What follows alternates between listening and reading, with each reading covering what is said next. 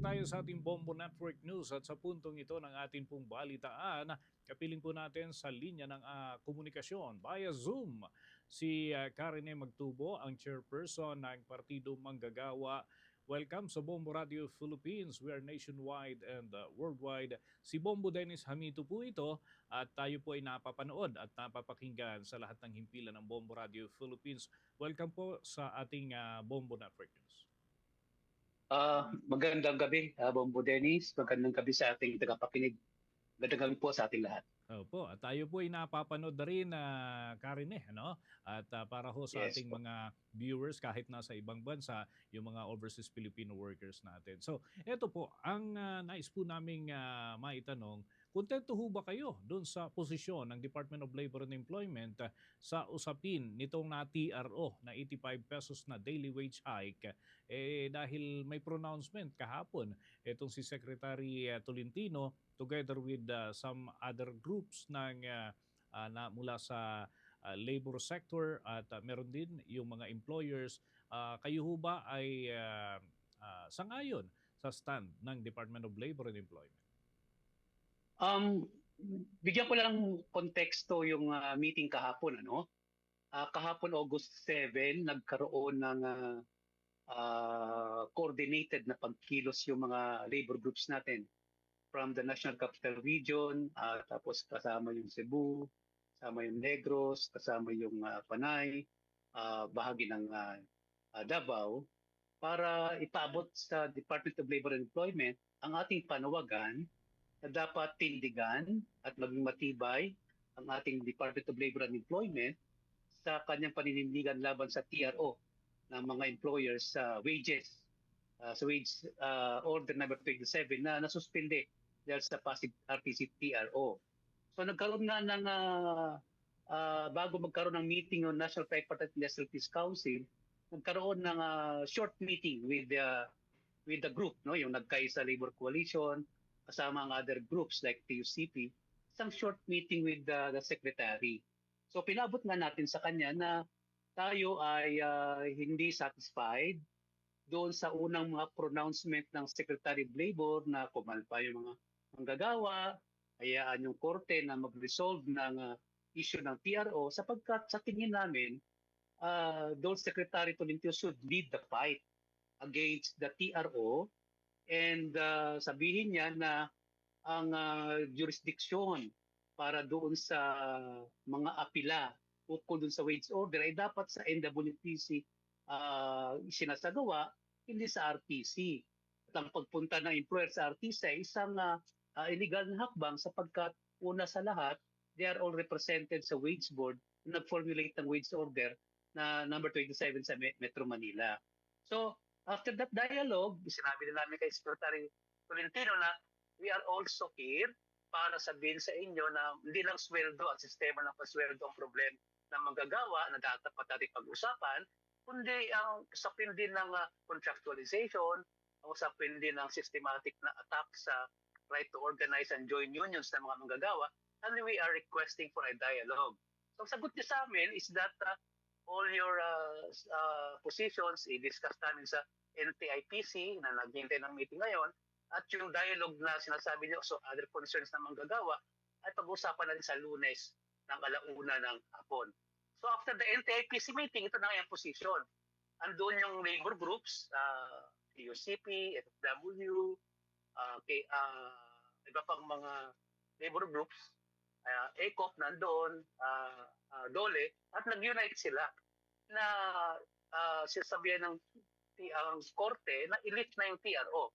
And then that was followed by a statement from ECOP na sinasabihan nila ang kanilang mga employers group na tama na yung pag-petition doon sa RTC sapagkat ang totoo namang process kung mayroon silang apila sa wage order ay sa National Wages and Production Commission. So, katanong na after the NTIPC meeting ay satisfied na ba kami sa position ng Department of Labor? Satisfied kami, pero kulang pa ng konti. Sana harapin din nila yung panawagan na ang RTC ay walang jurisdiction sa kaso at ang ginawa ng employer ay isang illegal na hakbang.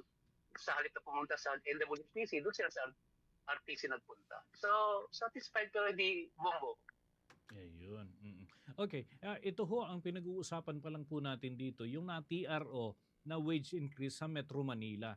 Kumusta naman Yes po, po ang yes po. sentimiento ng mga nasa regional level o yung nasa malalayong mga lugar Sa other na regions po. o other regions ano po na Opo. mga manggagawa dahil kung dito nga sa Metro Manila very active yung mga manggagawa at mga grupo ho dito. Ganito yung nangyari na TRO pa 85 pesos ano ho na dalawang tranche dapat ng implementasyon hindi malayo daw nasa probinsya ganun din ang kahinatnan. So as of now ano ang saloobin o sentimiento ng mga labor groups na inyo pong nakakausap diyan sa mga lalawigan? Opo. Kaya sila sumama din sa pagkilos kahapon, yung mga grupo ng manggagawa sa Cebu, sa Negros, Iloilo, at bahagi ng Mindanao, sapagkat sila po ay nangangamba na parang na-weaponize ng employers group itong regional trial courts o regular courts para punahin o di kaya isuspendihin ang implementation ng wage order via a TRO na kailang na-obtain sa korte. Sa tingin namin, ito ay magiging bad precedent kapag hindi nailinaw ng korte na una sa lahat, wala silang jurisdiction diyan sa proseso ng pagtatakda ng sweldo. At pangalawa, mali ang pinuntahan ng employer doon sa kanilang apila, hindi sa korte, sa regular courts, hindi sa NWPC. So, yun ang panawagan natin sa gobyerno, lalo na sa OSG, na siya ang naging abogado ng Department of Labor and Employment sa mga RTCs, sa NWPC, saka sa Regional Wage Boards, na kung saan sila ay sinusumon ng korte na sagutin ang prayer ng mga employer for a declaratory relief at requesting for an injunction or TRO sa korte to stop the implementation of the wage order. So, nangangamba sila. Pangalawa,